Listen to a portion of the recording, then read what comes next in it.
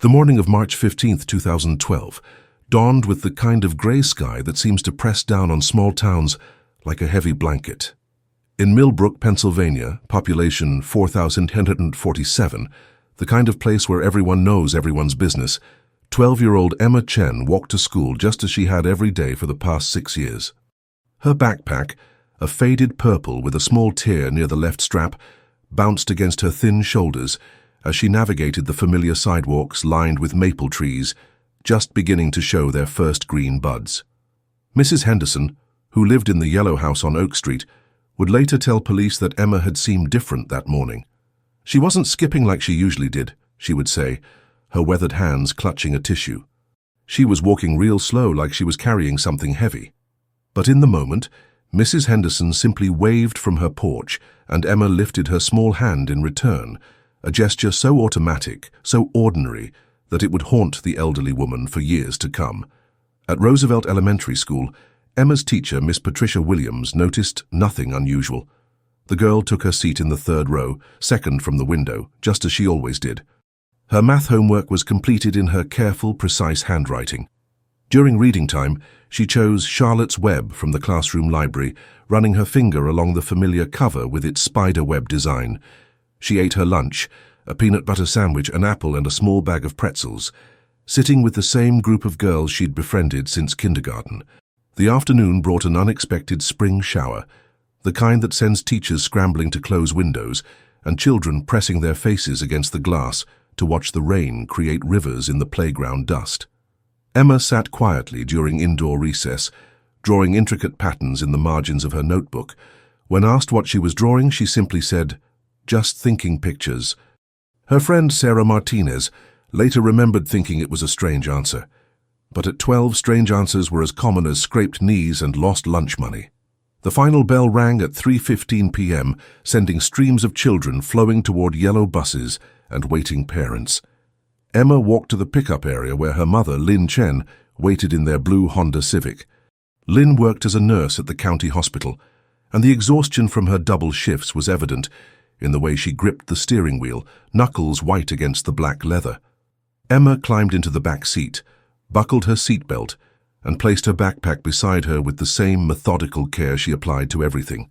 "How was school, sweetheart?" Lin asked, glancing at her daughter in the rearview mirror.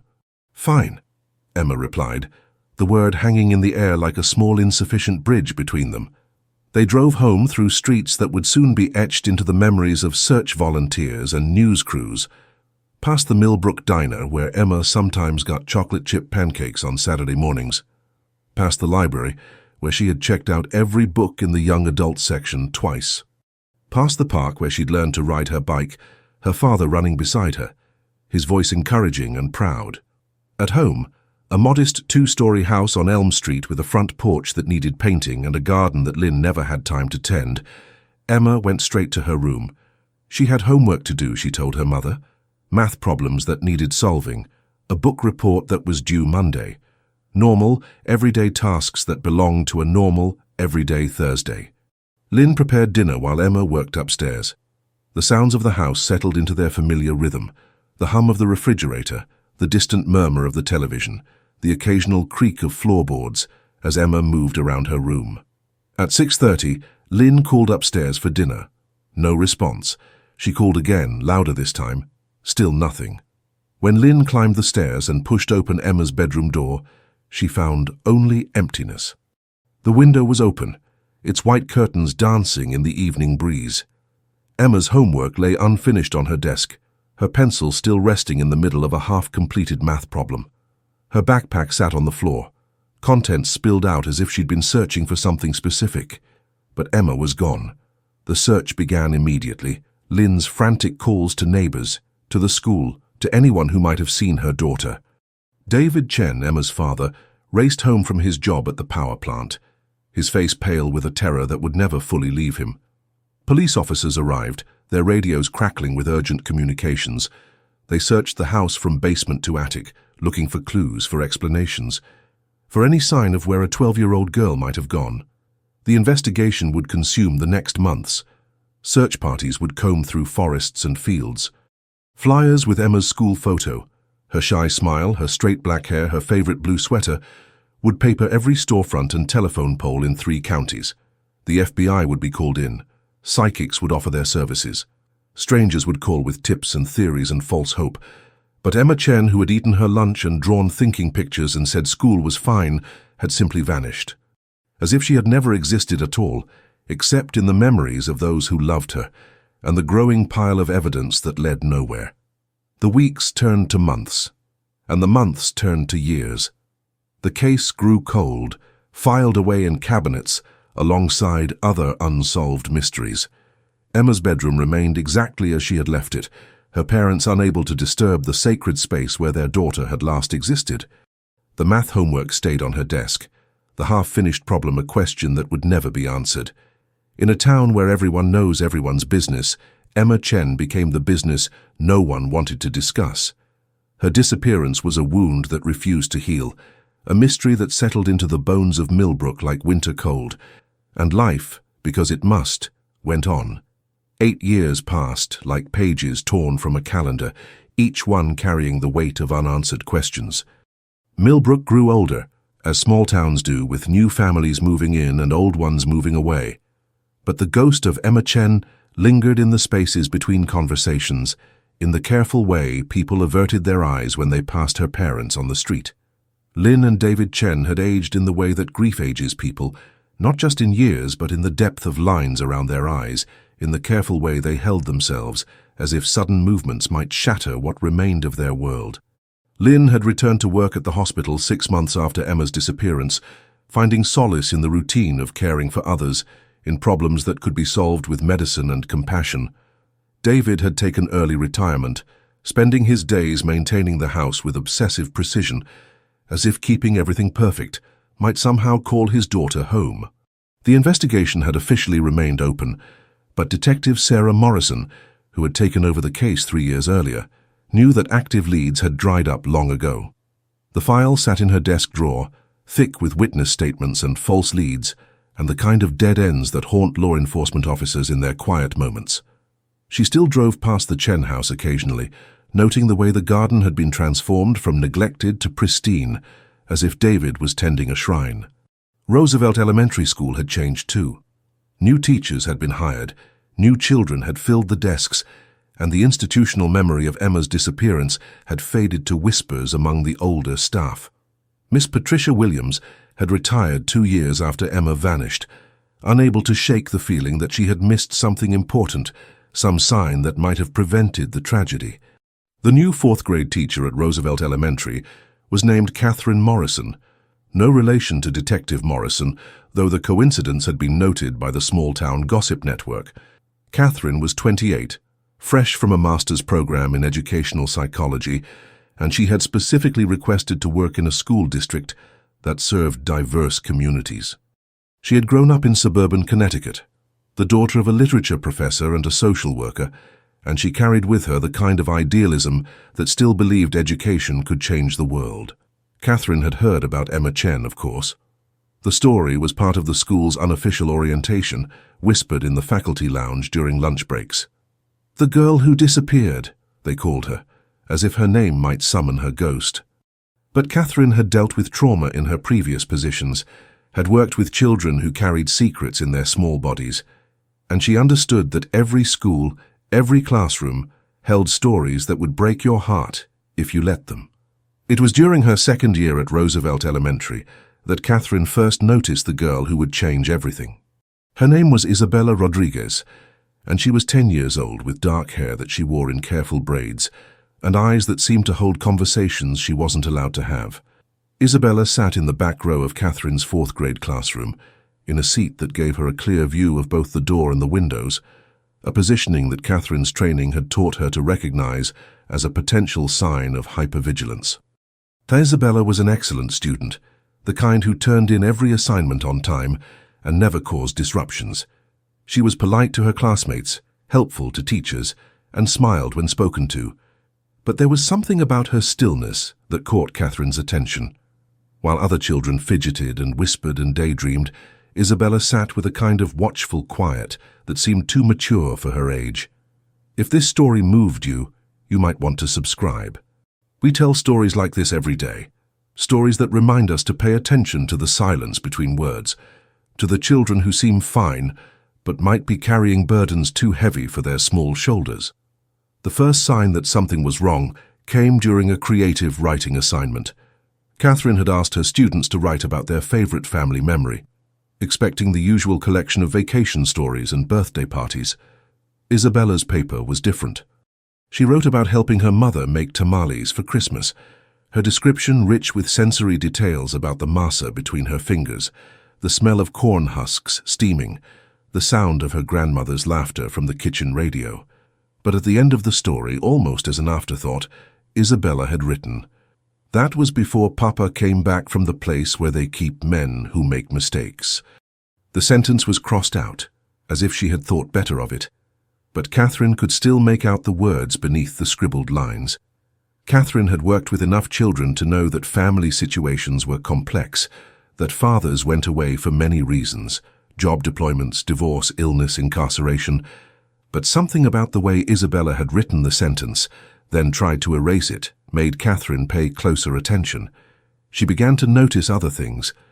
The way Isabella flinched when classmates raised their voices during games, how she never volunteered to read aloud, though her reading level was advanced, the careful way she packed her backpack at the end of each day, as if preparing for a journey rather than just going home. Most telling was what happened during parent-teacher conferences in November. Catherine had scheduled a meeting with Isabella's mother, Maria Rodriguez, expecting the usual discussion about academic progress and classroom behavior. Maria arrived precisely on time, a small woman with Isabella's dark hair and the kind of tired eyes that Catherine had learned to associate with parents who worked multiple jobs. "Isabella is doing very well," Catherine began, spreading the girl's work across her desk. "Her reading comprehension is above grade level, and her math skills are solid. She's a pleasure to have in class." Maria nodded, her hands folded carefully in her lap. "She is a good girl. Always good." "She is," Catherine agreed. "I was wondering if there have been any changes at home recently. Sometimes children's behavior in school can reflect what's happening in their family life." Something flickered across Maria's face. Fear, perhaps, or calculation. "No changes. Everything is the same." Catherine had pressed gently, asking about Isabella's father, her extended family, her after-school routine. Maria's answers were careful, practiced, as if she had rehearsed them. Yes, Isabella's father was back from his job out of state. Yes, they were adjusting to being a family again. Yes, Isabella was happy to have him home. But as Maria spoke, Catherine noticed the way she kept glancing at the clock, the way her hands trembled slightly when she reached for her purse. When Catherine mentioned that Isabella seemed somewhat withdrawn lately, Maria's response was swift and defensive. "She is just growing up. Children change." After Maria left, Catherine sat alone in her classroom, surrounded by the artwork and projects that made her space feel like home. She thought about Emma Chen, about the girl who had vanished from this very school 8 years ago, about the way tragedy could hide in plain sight. She thought about Isabella's crossed-out sentence, and her mother's nervous hands, and the particular kind of stillness that seemed to surround both of them. Catherine had no concrete evidence, no clear signs of abuse or neglect, but she had something else. A teacher's intuition, honed by years of working with children, that told her Isabella Rodriguez was carrying a secret too heavy for a 10-year-old to bear alone. Winter settled over Millbrook like a familiar blanket, bringing with it the kind of cold that makes people walk faster and keep their heads down. The holiday season had passed in the usual blur of school concerts and gift exchanges, but Catherine Morrison found herself paying closer attention to the spaces between celebrations, to the children who seemed to fade into the background while others sparkled with excitement. Isabella Rodriguez had become one of those children. Not in an obvious way. She still completed her assignments, still smiled when greeted, still participated in classroom activities with the same careful precision she brought to everything. But Catherine had begun to notice the subtle changes that marked the weeks since parent-teacher conferences. The girl had started arriving at school earlier, often appearing in the hallway outside Catherine's classroom a full 30 minutes before the first bell. When Catherine asked if everything was all right at home, Isabella would nod and say she liked to be ready for school. but there was something in the way she said it, a rehearsed quality that reminded Catherine of her mother's careful answers during their meeting. Isabella's lunch habits had changed too. She had always been a quiet eater, but now she seemed to approach her food with a kind of protective intensity, eating quickly and methodically, as if someone might take it away. When Catherine gently suggested that Isabella take her time, the girl had looked up with eyes that seemed far too old for her face and said, "I don't want to waste anything." The phrase haunted Catherine. In her experience, children who worried about wasting food were often children who had known hunger, who had learned to see meals as privileges rather than expectations. But Isabella's family situation, at least on the surface, seemed stable. Maria Rodriguez worked as a housekeeper at several local businesses, and there had been no reports of financial hardship or food insecurity. It was during a February morning, with snow falling steadily outside the classroom windows, that Catherine witnessed something that would change everything. The children were working on a math assignment, the room filled with the comfortable sounds of pencils on paper and the occasional whispered question. Catherine was walking between the desks, offering help and encouragement, when she noticed Isabella's behavior. The girl was solving the problems correctly, but every few minutes she would glance toward the doorway, then back at her paper, then toward the window. It was a pattern Catherine had seen before in children who lived with unpredictability, who had learned to monitor their environments for signs of danger. But it was what happened next that made Catherine's breath catch in her throat. Isabella had just finished a particularly challenging problem when she reached up to adjust her collar, and for a moment the fabric shifted, revealing a small, dark mark on her neck. It was barely visible, just a shadow of purple against brown skin, but Catherine's trained eye recognized it immediately. A bruise.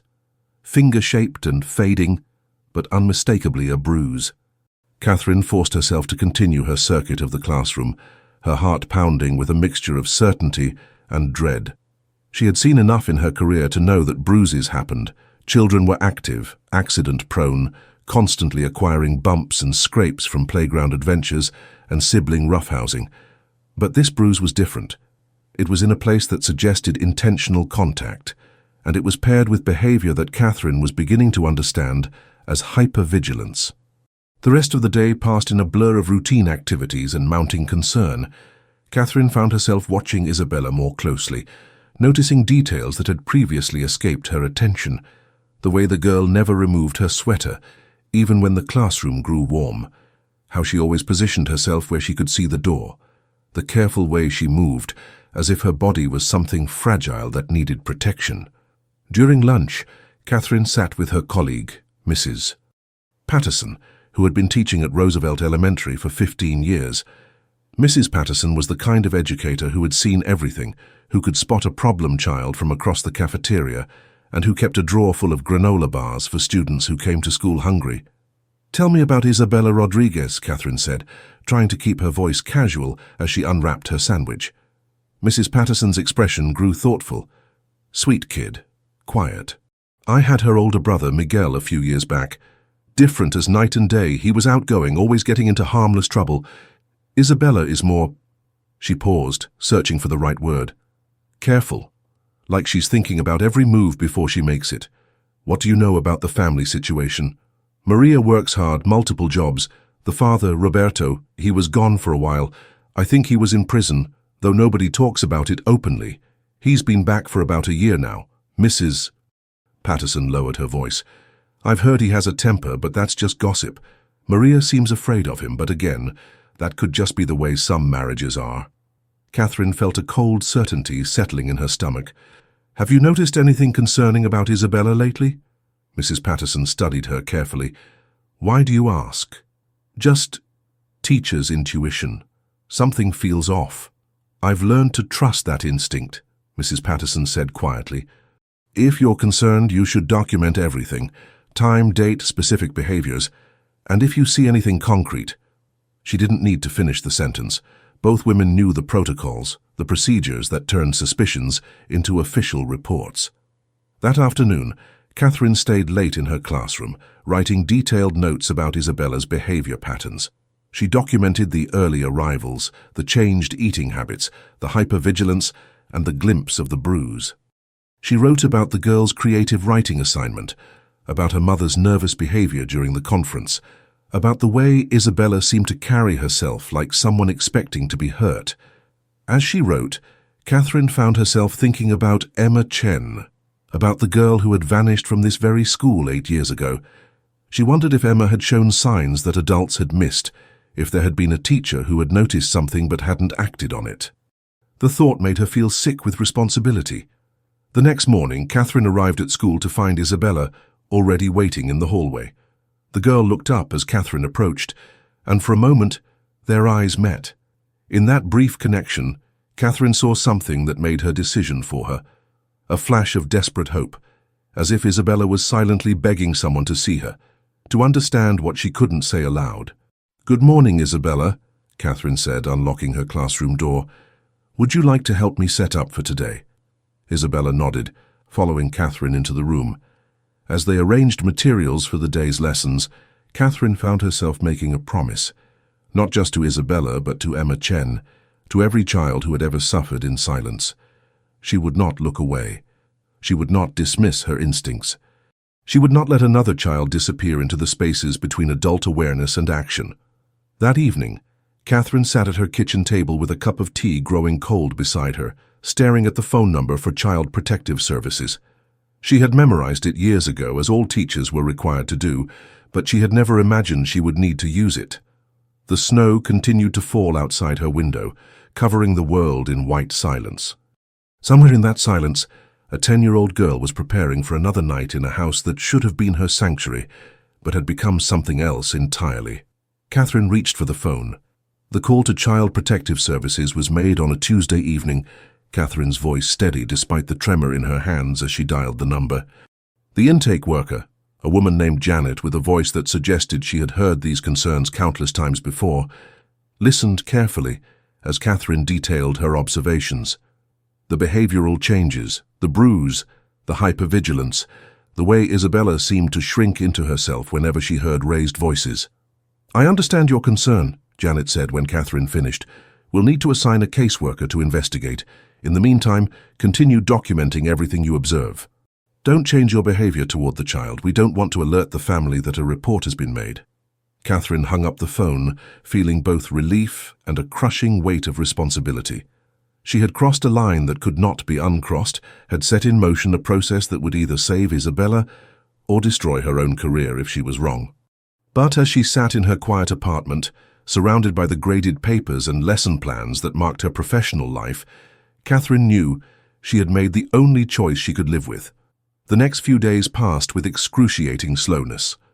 Catherine found herself watching Isabella with new intensity, noting every flinch, every careful movement, every moment of withdrawn behavior. She documented everything in a small notebook she kept locked in her desk drawer, writing entries that read like a catalogue of heartbreak. February 14th. Isabella arrives 45 minutes early, sits in hallway until I arrive. When asked about Valentine's Day plans, says family doesn't celebrate holidays anymore. February 15th. Isabella falls asleep during reading time. When gently awakened, she startles violently and apologizes repeatedly. It was on Friday of that week that Catherine witnessed something that removed any remaining doubt about her decision to report. The children were preparing for dismissal, packing their backpacks and putting on coats, when Isabella suddenly froze at her desk. Through the classroom window, Catherine could see the pickup area where parents waited for their children, and there, leaning against a dark pickup truck, was a man Catherine assumed was Roberto Rodriguez.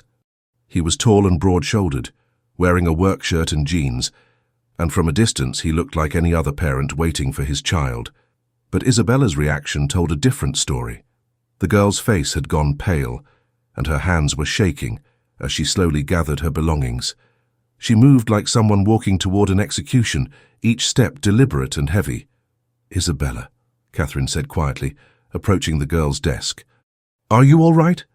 Isabella looked up with eyes that seemed to hold years of accumulated fear. "My papa is here," she whispered, as if the words themselves might summon disaster. Catherine's heart broke at the tone of voice, not the excitement of a child seeing her father, but the resignation of someone who had learned to accept the inevitable. "Would you like me to walk you out?" she offered, though she knew it was a futile gesture. Isabella shook her head quickly. "No, thank you. I have to go." Catherine watched from her window as Isabella walked slowly toward the pickup truck, her small figure dwarfed by the imposing presence of the man waiting for her. She saw Roberto Rodriguez lean down to speak to his daughter, saw the way Isabella's shoulders hunched, saw the careful way she climbed into the truck. As they drove away, Catherine felt a piece of her heart break for the little girl who was trapped in a situation no child should have to endure. That weekend, Catherine couldn't shake the image of Isabella's pale face, the way she had whispered, "My papa is here," as if announcing her own doom. She found herself thinking about Emma Chen, wondering if there had been moments like this in Emma's life. Moments when a teacher or neighbor or family friend had seen something concerning but hadn't acted on it. On Monday morning, Catherine arrived at school to find Isabella absent. The office secretary, Mrs. Adams, mentioned that Maria Rodriguez had called to say Isabella had a stomach bug and would be out for a few days. Catherine felt a cold knot of worry form in her stomach. In her experience, sudden illnesses often coincided with injuries that were difficult to explain. Isabella was absent for 3 days. When she returned on Thursday, Catherine had to suppress a gasp at the girl's appearance. Isabella looked thinner somehow, more fragile, and she moved with the careful precision of someone protecting a recent injury. She claimed to feel much better, thanked Catherine for the makeup work, and settled into her seat with the same watchful quiet that had become her trademark. During lunch, Catherine noticed that Isabella was eating even more carefully than usual, taking small bites and chewing slowly, as if her mouth was tender. When Catherine asked if she was feeling completely recovered, Isabella nodded quickly and said, "Papa says I need to be tougher. No more getting sick." The phrase sent chills down Catherine's spine. In her training, she had learned that abusive parents often blamed children for their own victimization, teaching them that their pain was evidence of weakness rather than cruelty. The idea that a 10-year-old girl was being told to be tougher while enduring what Catherine suspected was ongoing abuse made her feel sick with rage and helplessness. It was later that same week that Catherine received a call from Janet at Child Protective Services. The caseworker's voice was professional but strained as she explained that they had completed their preliminary investigation into the Rodriguez family. "We conducted a home visit and interviewed both parents," Janet explained. The father, Roberto, was cooperative and explained that he has been adjusting to civilian life after his release from prison. The mother, Maria, confirmed that there have been some family stresses but denied any abuse. We also spoke with Isabella, who said she was happy and safe at home. Catherine felt her world tilt. And that's it. The investigation is closed. The physical evidence you reported, the bruise, wasn't visible during our visit, and there were no other signs of abuse. Without concrete evidence or the child's disclosure, we can't proceed with the case. "But she's clearly terrified," Catherine protested. "You should see the way she behaves in class, the way she reacts when she knows she has to go home." "I understand your concern," Janet said, and Catherine could hear the frustration in her voice. But children who have been coached know exactly what to say to investigators. Without physical evidence or a disclosure, our hands are tied. After the call ended, Catherine sat in her empty classroom, surrounded by the cheerful decorations and student artwork that usually brought her joy. She thought about Isabella, about the way the girl had whispered, "My papa is here," with such quiet desperation. She thought about Emma Chen, about the girl who had vanished from this very school because the adults in her life had failed to protect her. Catherine realized that the official investigation might be over, but her responsibility as Isabella's teacher, as an adult who had seen the signs, was just beginning. She couldn't save Emma Chen, but she might still be able to save Isabella Rodriguez. The question was how. March arrived with the kind of false hope that spring sometimes brings to Pennsylvania. A few warm days that make people pack away their winter coats too early, only to be reminded that winter isn't finished with them yet. Catherine Morrison had been teaching long enough to recognize the pattern, both in weather and in the behavior of her students. The promise of something better followed inevitably by disappointment. Isabella Rodriguez had been back in school for 2 weeks since the Child Protective Services investigation, and Catherine had watched her with the careful attention of someone who knew she might be the only person standing between a child and disaster. The girl had settled back into her routine of early arrivals and careful behavior, but Catherine noticed new details that made her stomach clench with worry. Isabella had developed a habit of touching her ribs when she thought no one was looking, a gesture so subtle that Catherine almost missed it. The girl would reach across her body, fingers probing gently at her left side, and her face would tighten with what appeared to be pain. When Catherine asked if she was feeling all right, Isabella would nod quickly and drop her hand. But the gesture had become so frequent that Catherine began timing it, every 12 to 15 minutes, like clockwork. During recess, Catherine watched from the window as Isabella stood apart from the other children, not because she was rejected, but because she seemed to lack the energy for play. Other fourth graders ran and laughed and argued over games, but Isabella remained motionless by the fence, her eyes fixed on something in the distance that only she could see. It was on a Thursday afternoon, during what should have been a routine art class, that everything changed. The children were working on a project about families, creating collages from magazine cutouts and drawings. Catherine moved between the desks, offering encouragement and supplies when she noticed Isabella's work. While other children had created bright, cheerful representations of family life, houses with smoking chimneys, stick figures holding hands, pets and gardens and birthday parties, Isabella's collage was different. She had carefully cut out pictures of single items: a bird in a cage, a closed door, a small figure curled up alone. In the center of her paper, she had drawn a house, but it was dark and had no windows. "Tell me about your collage, Isabella," Catherine said, crouching beside the girl's desk.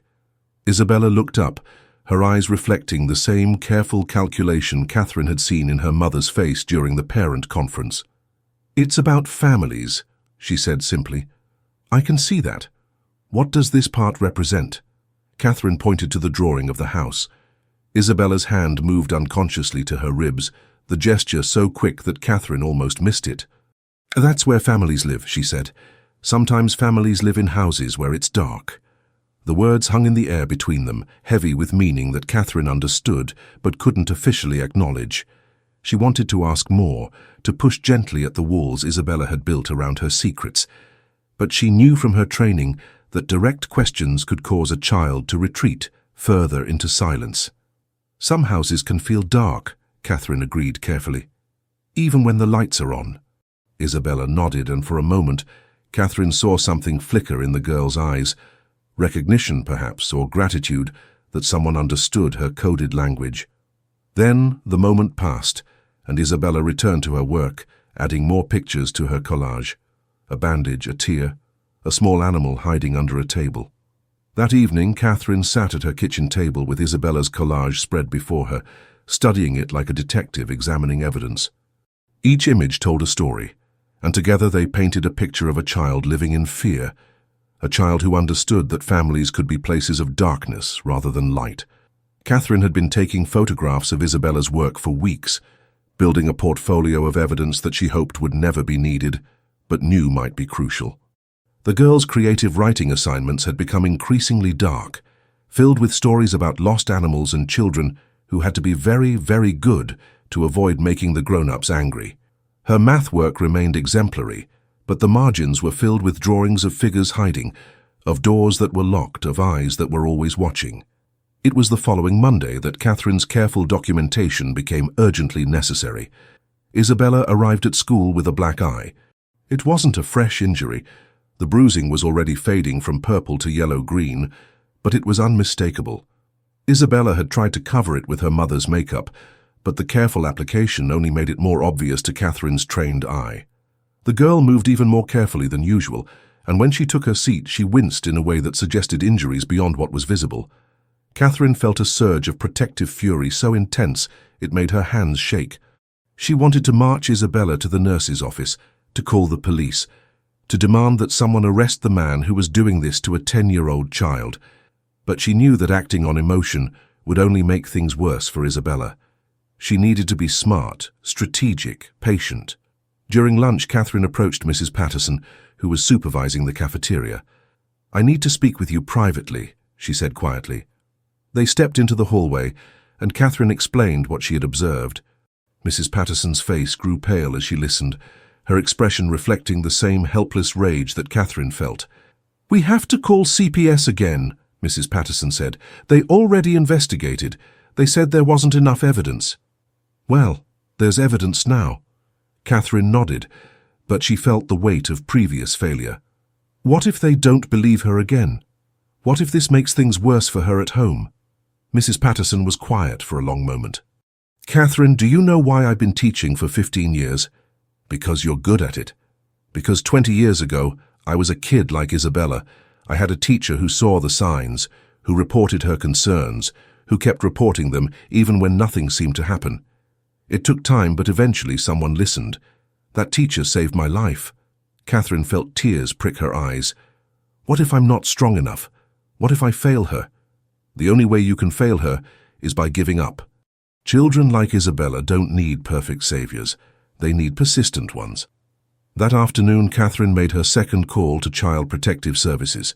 This time, her voice was stronger, her documentation more thorough. She described Isabella's injuries, her behavioral changes, her artwork and writing assignments that painted a clear picture of a child living in fear. "I'll send a caseworker out tomorrow," Janet promised. "In the meantime, document everything." "And Catherine? Thank you for not giving up on her." As Catherine hung up the phone, she thought about Mrs. Patterson's words about persistent saviors. She thought about Emma Chen, about the girl who had vanished because the adults in her life had failed to see the signs or act on them. She thought about Isabella, who was still here, still fighting, still hoping that someone would understand her silent cry for help. Catherine looked out her classroom window at the playground, where children were laughing and playing, where childhood was supposed to be safe and joyful. Somewhere out there, Isabella was preparing for another night in a house that felt dark even when the lights were on. But tomorrow Catherine would be here, watching, documenting, fighting. She would be the persistent savior that Isabella needed, the teacher who refused to look away. The second Child Protective Services investigation began on a Tuesday morning with the arrival of a different caseworker, a woman named Dr. Sarah Chen, a coincidence of names that made Catherine's heart skip when she heard it. Dr. Chen was younger than Janet, with kind eyes and a manner that suggested she had entered social work because she genuinely cared about children, not just because she needed a job. "I've reviewed the previous report, Doctor," Chen told Catherine during their meeting in the principal's office, "and I've looked at the documentation you've provided. I have to say, your observations are very thorough." Catherine felt a flicker of hope. "Does that mean you'll be able to help her?" "I'm going to try a different approach this time," Dr. Chen explained. "Instead of a formal home visit, I'm going to speak with Isabella here at school, in a comfortable environment where she might feel safer. Sometimes children will disclose information to someone they've just met more easily than to people they see as part of their daily life." Catherine nodded, though she felt a familiar knot of anxiety in her stomach. What if she's been coached? What if she's too afraid to say anything? "Then we'll try again and again until we find a way to help her." Doctor. Chen met with Isabella that afternoon in the school counselor's office, a small room decorated with soft colors and comfortable furniture designed to put children at ease. Catherine wasn't present for the interview, but she watched through her classroom window as Isabella walked slowly down the hallway, her small figure dwarfed by the weight of secrets she carried. The interview lasted an hour. When Isabella returned to class, she looked exhausted, as if the effort of maintaining her careful facade had finally become too much. She completed her afternoon assignments mechanically, her usual precision replaced by a trembling uncertainty that made Catherine's heart ache. After school, Dr. Chen found Catherine in her classroom. The social worker's expression was grim as she closed the door behind her. "She didn't disclose," Dr. Chen said without preamble. "But you're right about everything else. That child is terrified. She barely spoke above a whisper, and every time I asked about her family, she gave responses that sounded rehearsed." Catherine sank into her desk chair. "So, what happens now?" "I'm going to recommend ongoing monitoring. I'll also be speaking with Isabella's pediatrician to see if there's any medical history that supports your concerns. Sometimes doctors see things that don't get reported properly.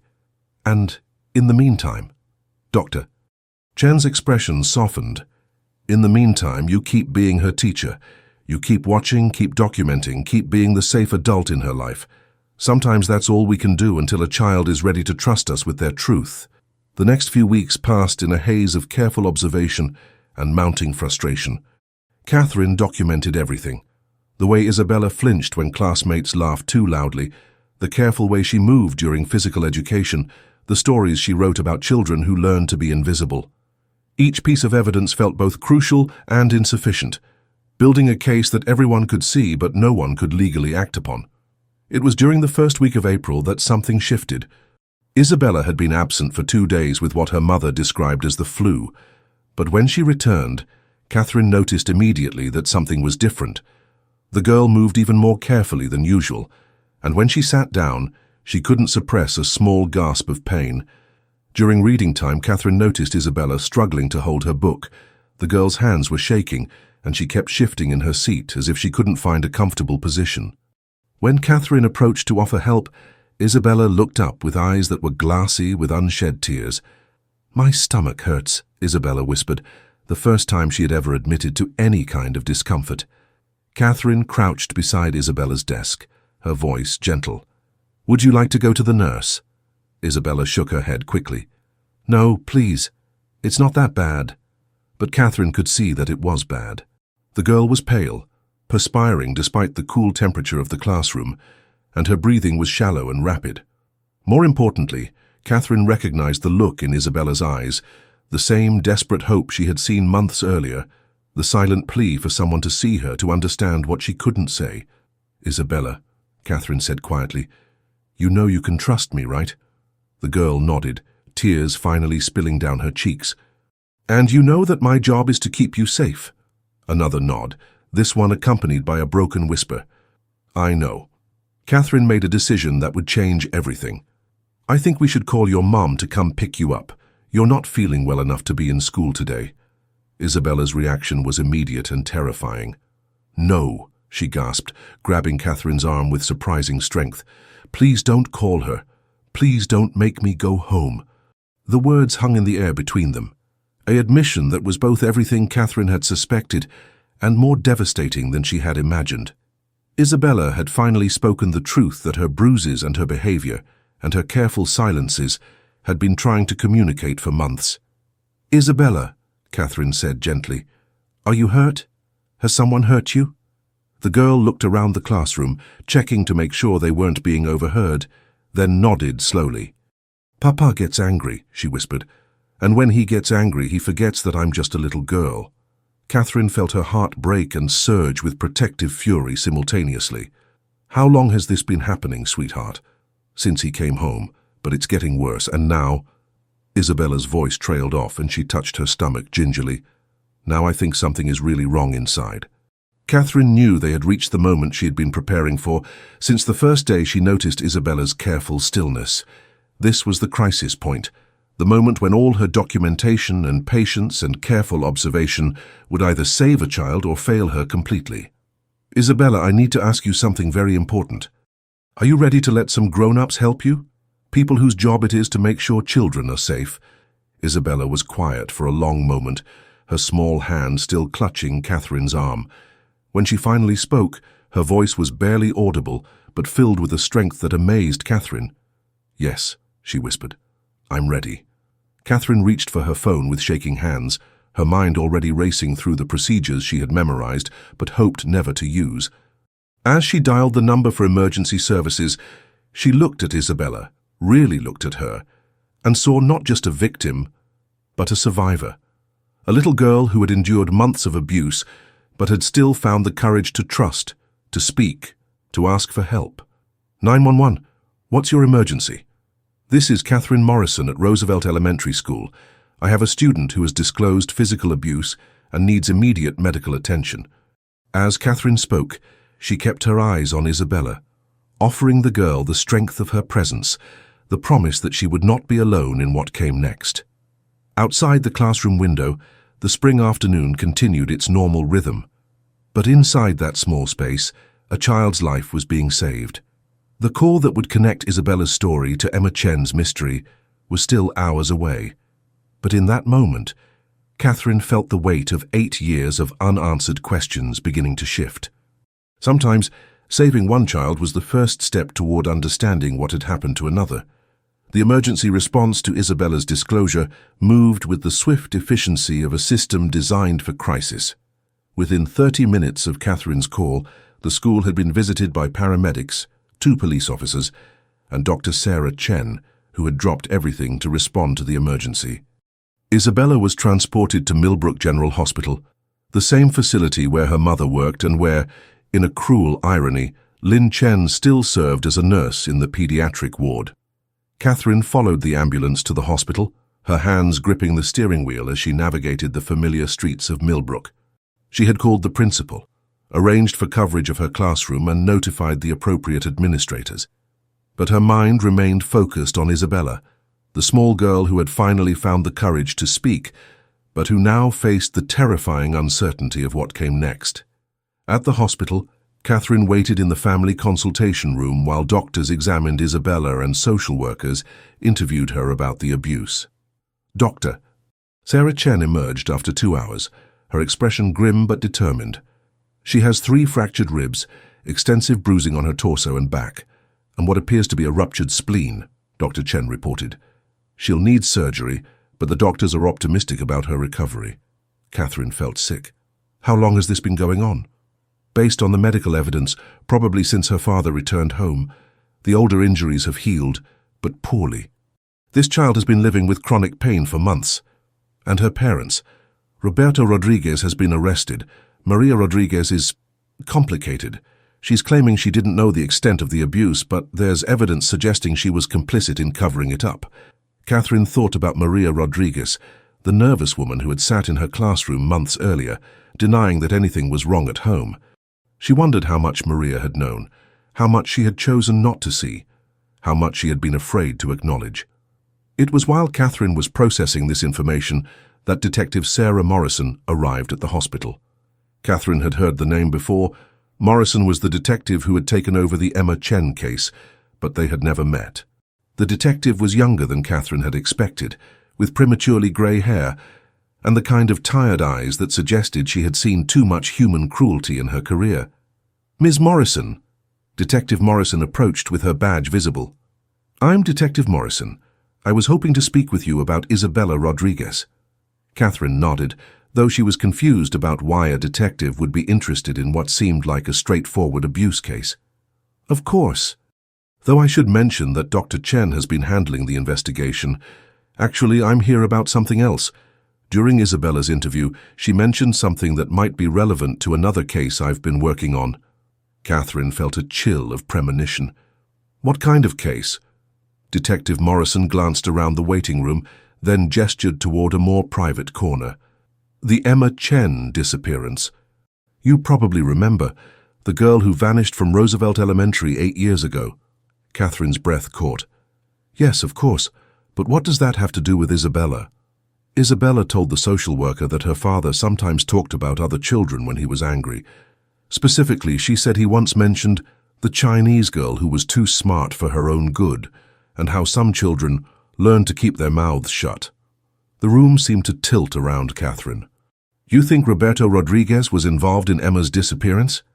I think it's worth investigating.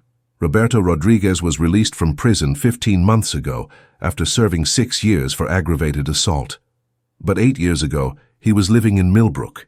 He was working construction then, and according to his employment records, he had worked on several homes in Emma's neighborhood, including some renovations on the Chen family's house. Catherine felt the pieces of a horrible puzzle beginning to align. He knew the family. He knew the house layout. He knew the family's routines. And according to Isabella's statements, he has a history of targeting children who he perceives as threats or witnesses. Detective Morrison pulled out a small notebook, her expression intense. I need to ask you about Isabella's behavior when she first started showing signs of abuse. Did she ever mention anything about other children? About things that happened before her father came home? Catherine thought back through months of careful observation, trying to remember details that might suddenly be significant. She wrote a story once about a girl who disappeared. I thought it was just creative writing, but now she wrote about a girl who, went away when the bad man came back, and how nobody ever found her because she was hidden where families put their secrets. Do you still have that story? Yes, it's in my documentation file. I've been keeping copies of everything Isabella has written or drawn. Detective Morrison's eyes lit up. Ms. Morrison, you may have been collecting evidence for 2 cases without realizing it. Would you be willing to go through Isabella's work with me, to look for any other references that might be relevant? Catherine nodded, her mind reeling with the implications. Detective, do you really think Roberto Rodriguez killed Emma Chen? I think Roberto Rodriguez is a violent man with a history of targeting children who threaten his control. I think he had access to the Chen house and knowledge of the family's routines. And I think his own daughter has just given us the first real lead we've had in 8 years. That evening, Catherine sat in the hospital waiting room while Isabella underwent surgery, surrounded by boxes of documentation she had brought from school. Detective Morrison had spread Isabella's artwork and writing assignments across a table, studying each piece with the intensity of someone looking for hidden messages. "Look at this," Detective Morrison said, holding up a drawing Isabella had made in February. "She drew a house with a basement, and there's a small figure in the basement window. When you asked her about it, what did she say?" Catherine consulted her notes. "She said it was a picture of where sad things live. When I asked what kind of sad things, she said, things that can't come up to the light." Detective Morrison was quiet for a long moment. "The Chen house has a basement. Roberto Rodriguez worked on the basement renovations. As they continued to examine Isabella's work, a pattern emerged that chilled Catherine to the bone. The girl had created what amounted to a psychological map of trauma, depicting not just her own abuse, but hints of other secrets, other children, other tragedies hidden in the dark spaces of adult cruelty. She's been trying to tell us about Emma all along, Catherine realized. Not directly, but through metaphor, through symbolism. She knew something about what happened 8 years ago. Children remember things differently than adults, Detective Morrison agreed. Sometimes they remember trauma in fragments, in feelings, in images that don't make sense until you know how to interpret them. It was nearly midnight when Dr. Chen found them in the waiting room, her scrub stained with the evidence of Isabella's surgery. "She's stable," she reported. "The surgery went well, and she's going to make a full physical recovery." "And emotionally?" Catherine asked. "That will take time, but she's strong, and she has people fighting for her now. That makes all the difference." Detective Morrison gathered up Isabella's artwork, her expression thoughtful. "Dr. Chen, I'll need to interview Isabella again when she's recovered. There may be information about another case." "The Emma Chen disappearance?" Detective Morrison nodded. "Sometimes the key to solving an old mystery is hidden in a new one. Isabella Rodriguez may hold the answers we've been looking for all these years." As Catherine finally left the hospital in the early hours of the morning, she thought about the strange connection between 2 girls separated by 8 years and bound together by the violence of the same man. Emma Chen, who had vanished into silence, and Isabella Rodriguez, who had found the courage to speak. One girl's story was ending, but another's was finally beginning to be told. 3 weeks later, Isabella Rodriguez sat in a comfortable chair in Dr. Sarah Chen's office, her ribs healing and her voice stronger than it had been in months. The girl's physical recovery had been remarkable, but it was her emotional transformation that amazed everyone who worked with her. Released from the burden of keeping deadly secrets, Isabella had begun to remember things that had been buried beneath layers of fear and trauma. Catherine Morrison sat nearby, serving as the familiar presence that helped Isabella feel safe enough to speak. Detective Morrison occupied a chair across the room, her notepad open but her manner casual, as if they were simply having a conversation rather than conducting an interview that might finally solve an 8-year-old mystery. "Isabella," Dr. Chen began gently, "you've been very brave in telling us about what happened with your father. Today we're hoping you might remember some other things, things that happened when you were very little, before your father went away the first time." Isabella nodded, her dark eyes serious. "I remember some things. Not everything, but some things." "That's perfectly normal," Dr. Chen assured her. "Sometimes our minds protect us by hiding memories that are too scary, but when we feel safe, sometimes those memories come back." Detective Morrison leaned forward slightly. Isabella, do you remember a girl named Emma? She would have been older than you, maybe around your brother Miguel's age. Isabella's expression grew thoughtful. Emma with the long black hair. She was pretty and she was smart in school. Catherine felt her heart start to race. Yes, that sounds like Emma. Do you remember anything specific about her? She came to our house sometimes. Papa was working on people's houses then, fixing things. Emma's family hired Papa to fix their basement after it got flooded. Isabella paused, her brow furrowed in concentration. Emma came with her mama once when they were talking to Papa about the work. Detective Morrison kept her voice carefully neutral. Do you remember anything else about Emma, or about the work your father was doing at her house? Isabella was quiet for a long moment, her small hands folded in her lap. When she spoke again, her voice was barely above a whisper. I remember Papa was angry about Emma. He said she asked too many questions about the work he was doing.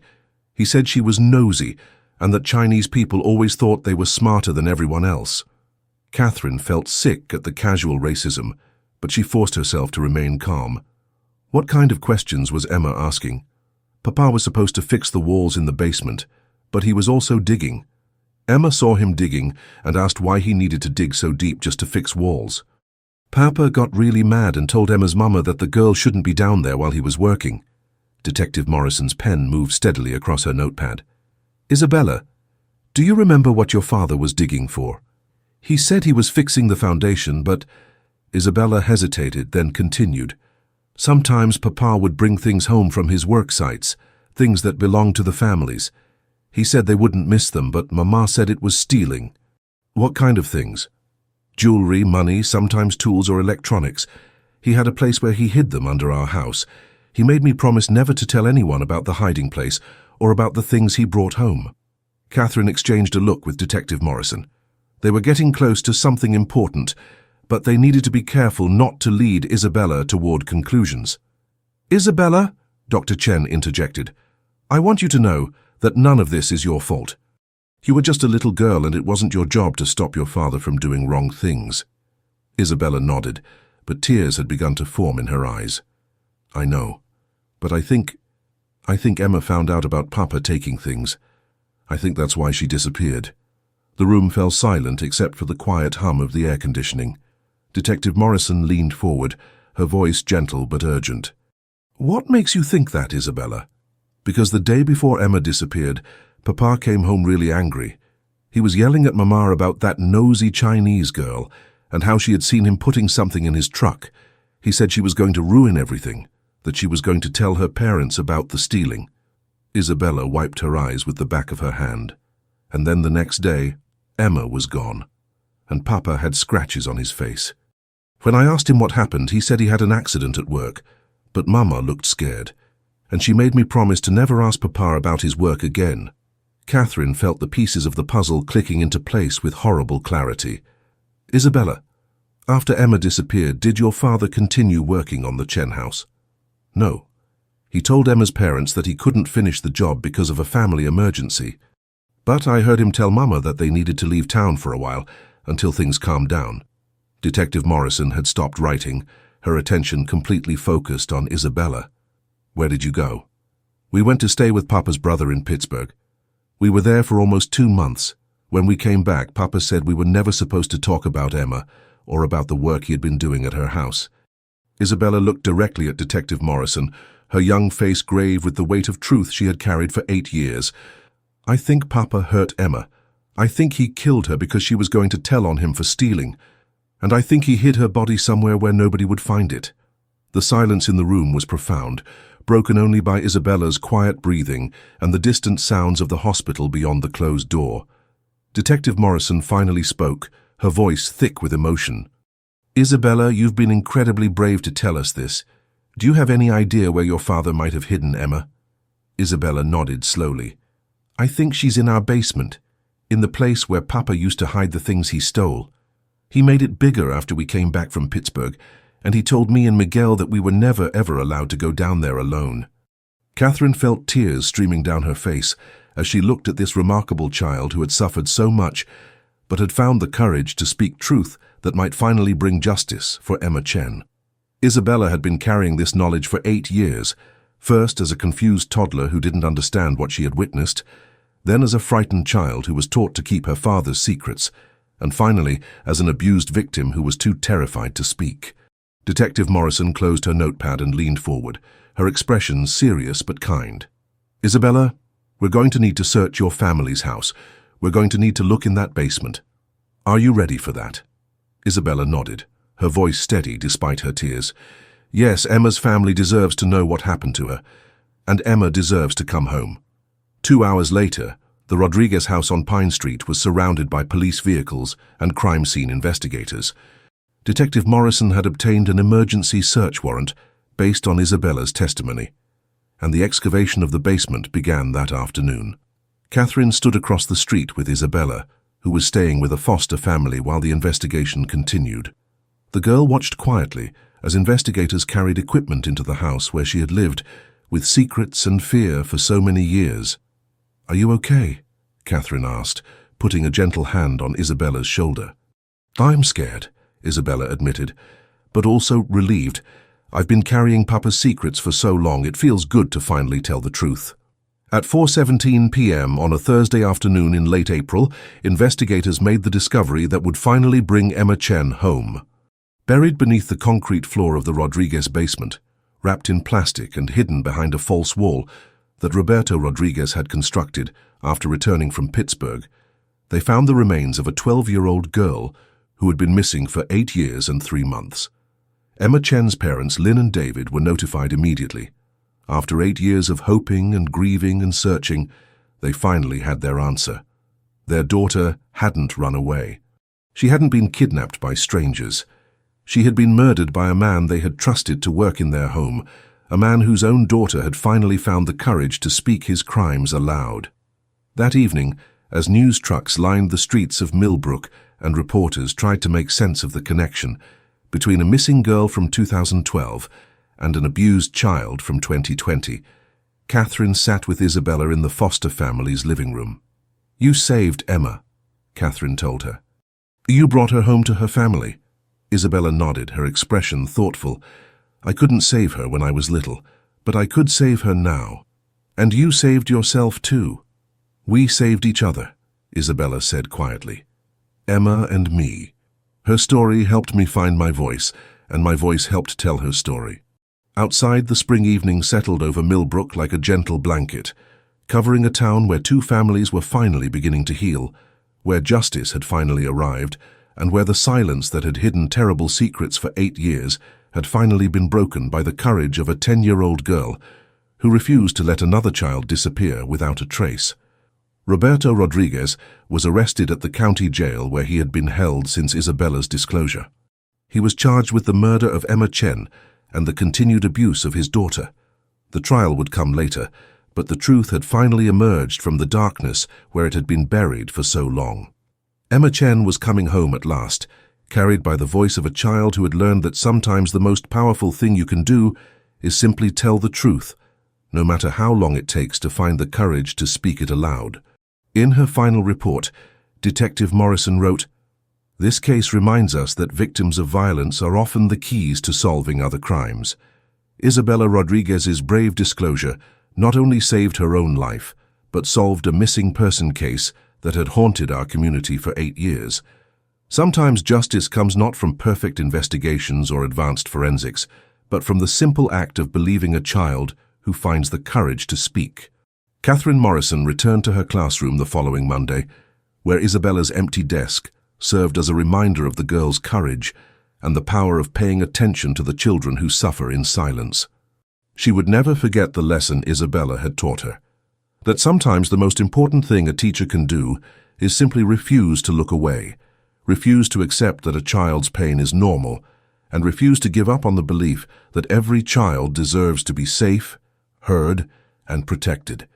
The story of Emma Chen's disappearance was finally complete, but Isabella Rodriguez's story of survival was just beginning. And in the intersection of those 2 stories, a community learned that the past and present are often connected in ways we cannot imagine, and that the voice of one brave child can echo across years to bring justice, healing, and hope to places where darkness had reigned too long.